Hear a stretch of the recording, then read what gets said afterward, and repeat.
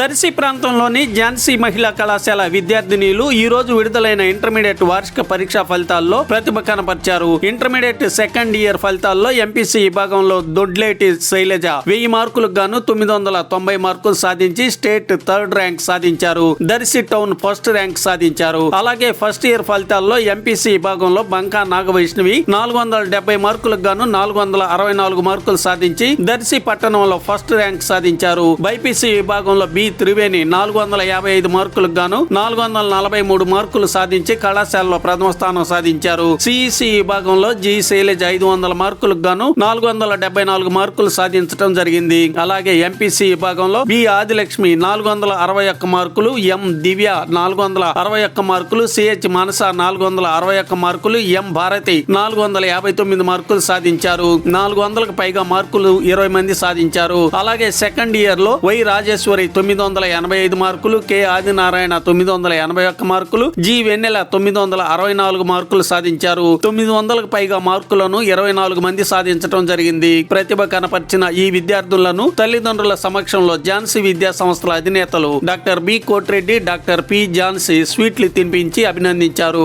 కార్యక్రమంలో principal Y Sivasankar, AO L Srinivasareddy, కళాశాల అధ్యాపక బృందం పాల్గొన్నారు.